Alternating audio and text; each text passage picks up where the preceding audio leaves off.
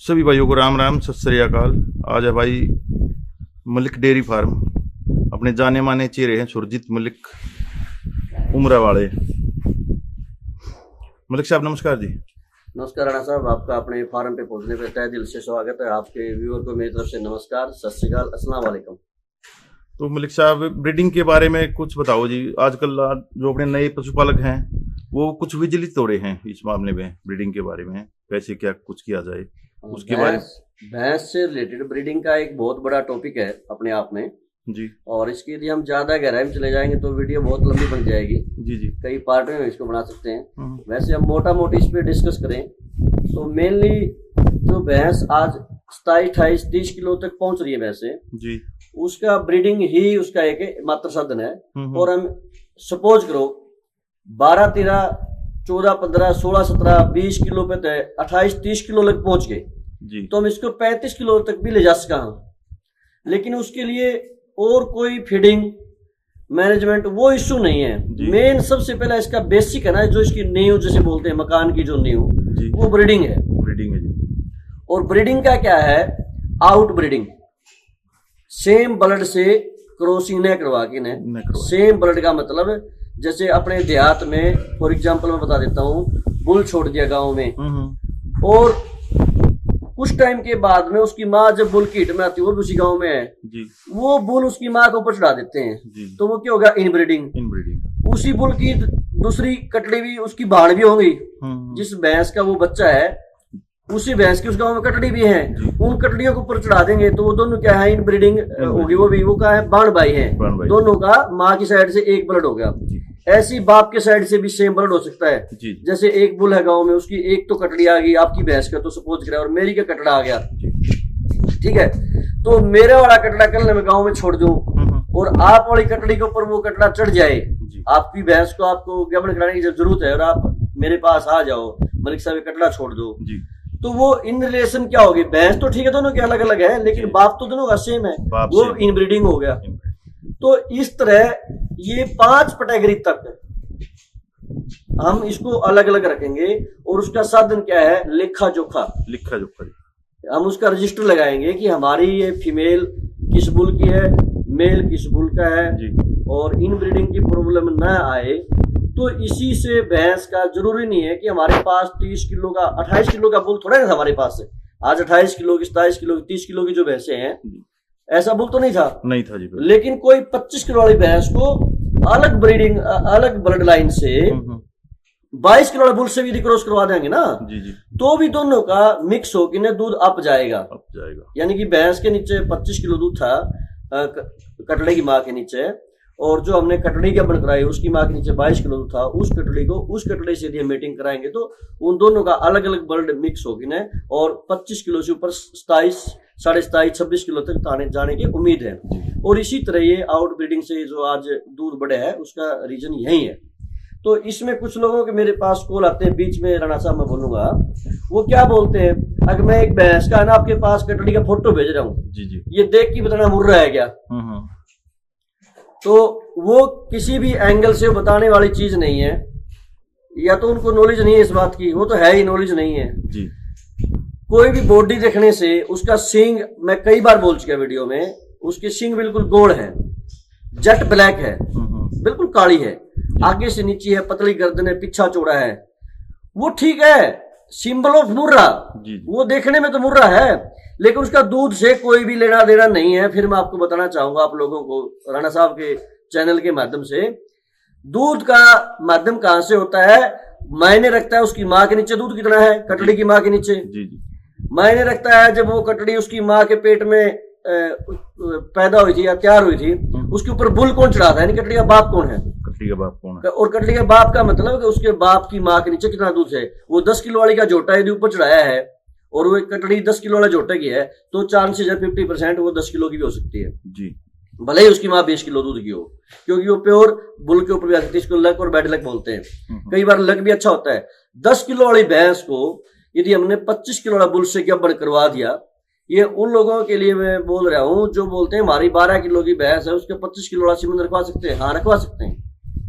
तो उसमें लक काम करता है। 25 किलो वाला बुल से यदि हमने 10 किलो वाली भैंस को प्रेग्नेंट करवा दिया, और मोस्टली जो उसके जीनोम है वो बुल साइड से आ गए। जी जी। यानी कि जो फीमेल थी वो टोटल बुल पे आ गई 90%। तो उसकी जो प्रोडक्शन है 10 किलो से एकदम आपकी 16-17 किलो पे फर्स्ट लैक्टेशन पे चली जाएगी, सेकंड पे जाते जाते 20-22 किलो तक चली जाएगी वो। तो वो हो गया लक। लेकिन ऐसा बहुत रेयर चांस में होता है, जनरली ऐसा नहीं होता। जनरली दोनों के ही जीनोम आते हैं, दोनों का ही बर्ड आता है और उसी से बर्ड जो ब्रीड है वो इंप्रूव होती है। जी जी। कई बार इसमें क्या होता है, लोग मेरे पास फोन करते हैं जी कौन सा सीमन रखवाएं।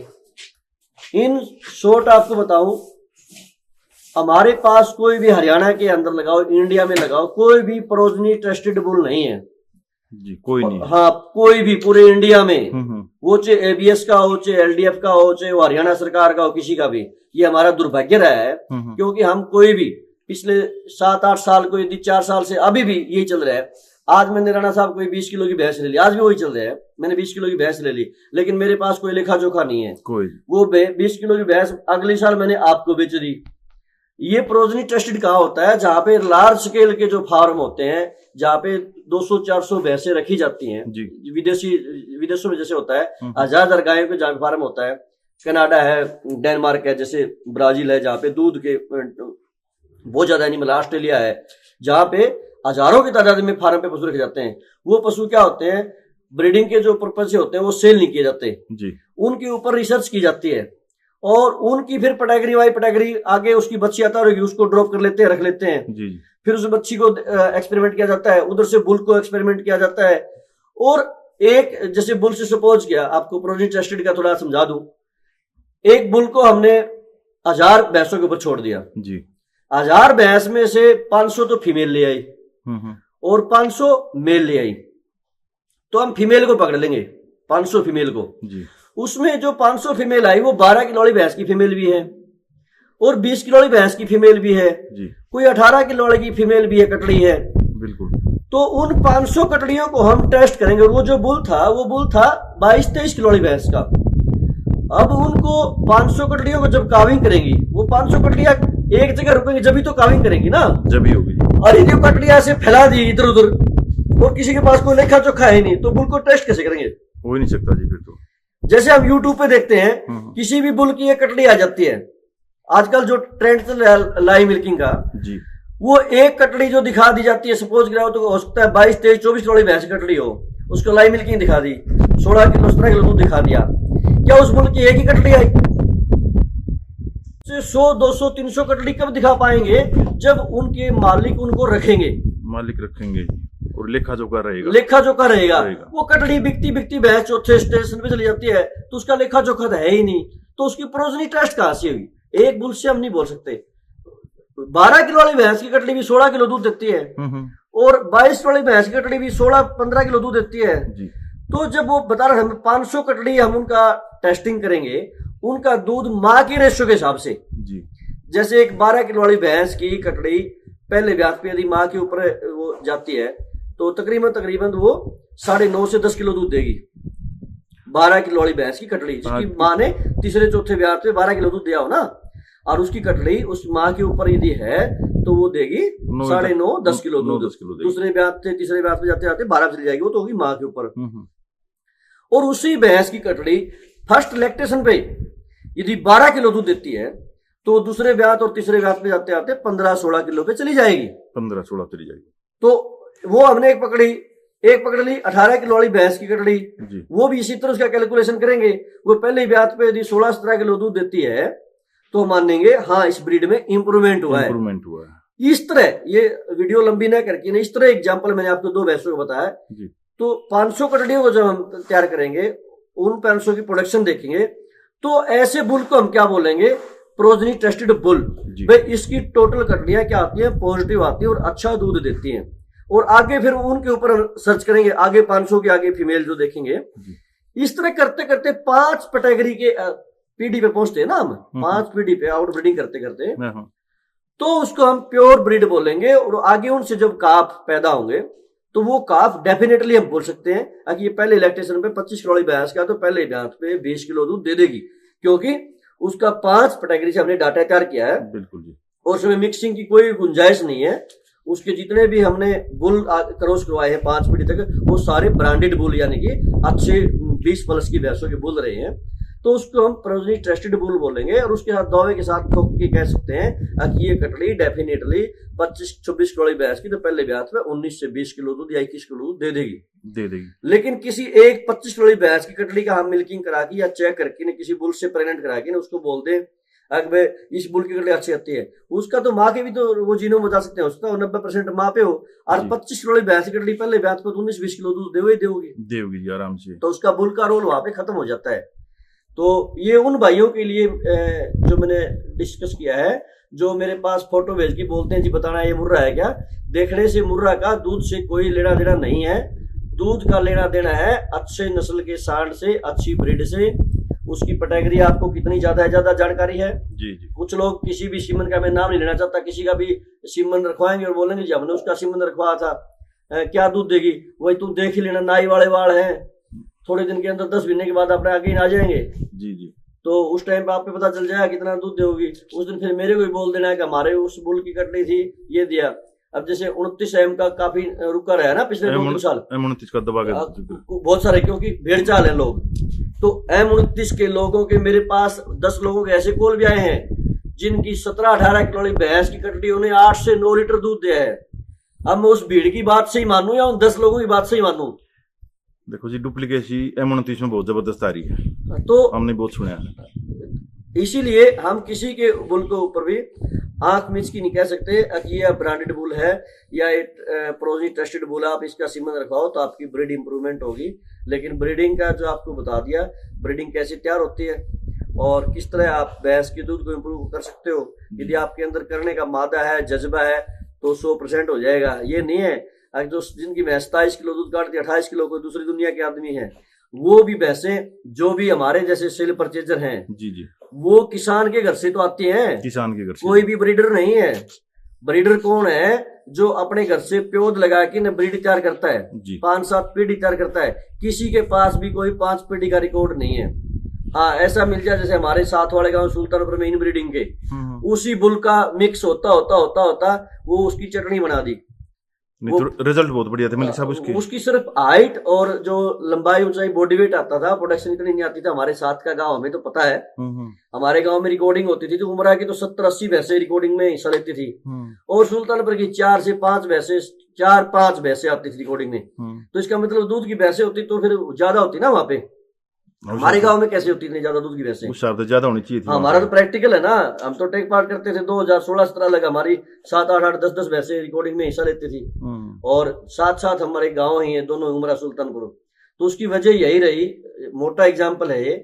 उस बुल का आगे बच्चा छोड़ दिया गांव में, उसी का बेटा, वो अपनी नानी पे, माँ पे, बहन पे, सब पे उसको क्रॉसिंग करते रहे और धीरे धीरे जो दूध की जो लाइन थी वो बिल्कुल बेड़ा गर्क हो गया। और ये अपने पूरे सुल्तानपुर का फॉर एग्जाम्पल पूरे हरियाणा का ही ऐसा है।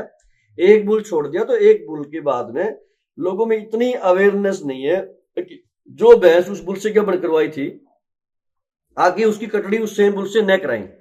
बुल भले ही आप उसको 20 साल रखो अपने गांव में, लेकिन उस बुल से जो कटड़ी पैदा हुई है ना, उस कटड़ी को उस बुल से मत कराओ, क्योंकि वो कटड़ी उस बुल की क्या होगी? बेटी होगी। और बेटी के ऊपर आप बाप को चढ़ाओगे तो वो इनब्रीडिंग हो जाएगा। देसी भाषा में आपको बिल्कुल मैं समझा रहा हूँ। तो उससे क्या आएगा? उस कटड़ी की आने वाली संतान होगी ना, उस कटड़ी पे इफेक्ट नहीं आएगा। आने वाली जो उसकी बेटी होगी, आगे कटड़ी तैयार होगी, वो प्रोडक्शन उसकी डाउन चली जाएगी और बहुत सारी समस्याएं आ जाएंगी, अवगुण आ जाएंगे उसमें, देखने में बाई लुक भी अच्छी नहीं होगी। तो ये इन ब्रीडिंग के जो नुकसान है, कुछ लोगों का क्या होता है कि इन ब्रीडिंग का क्या समझ बैठते हैं आउट ब्रीडिंग का। अगर मुर्रा को नीली रावी से क्रॉस कराना है आउट ब्रीडिंग का मतलब, ये कुछ लोगों के ऐसे क्वेश्चन होते हैं और कमेंट होते हैं।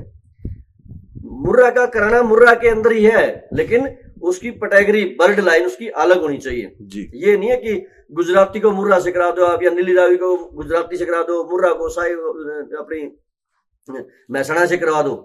मुर्रा को मुर्रा से ही करवाना है, लेकिन बर्ड लाइन उसका सेम मैच रिलेशन में छोड़ के और वो 5 पीढ़ी तक। बाकी तो आजकल आते लोगों के किसका सीमन रखा है, बहुत सारे सीमन खुल रहे हैं, आपको पता है।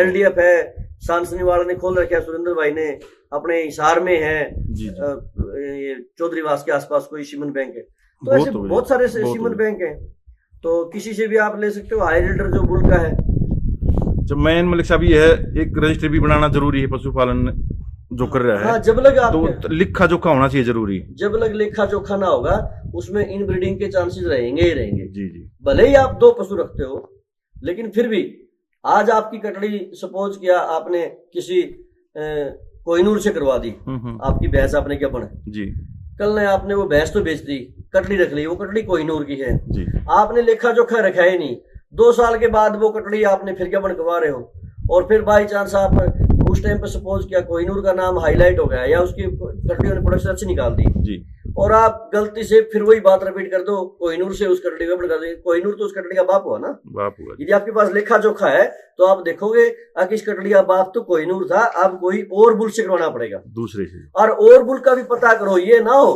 कि और बुल का मतलब ये नहीं कि दूसरा बुल राणा साहब के पास है और वो भी कोहिनूर का भाई हो, पूछो इसका कोई कोहिनूर से तो रिलेशन नहीं है। जी जी, पूरी जानकारी लेनी चाहिए, कोहिनूर का भाई हो, पूरी जानकारी लेनी चाहिए, पूरी जानकारी बुल की लो, उसका अपनी कटड़ी के साथ में कोई भी ब्लड रिलेशन ना हो, फिर उसको क्या बन कराओ, इस तरह आप अच्छी ब्रीड तैयार कर सकते हो।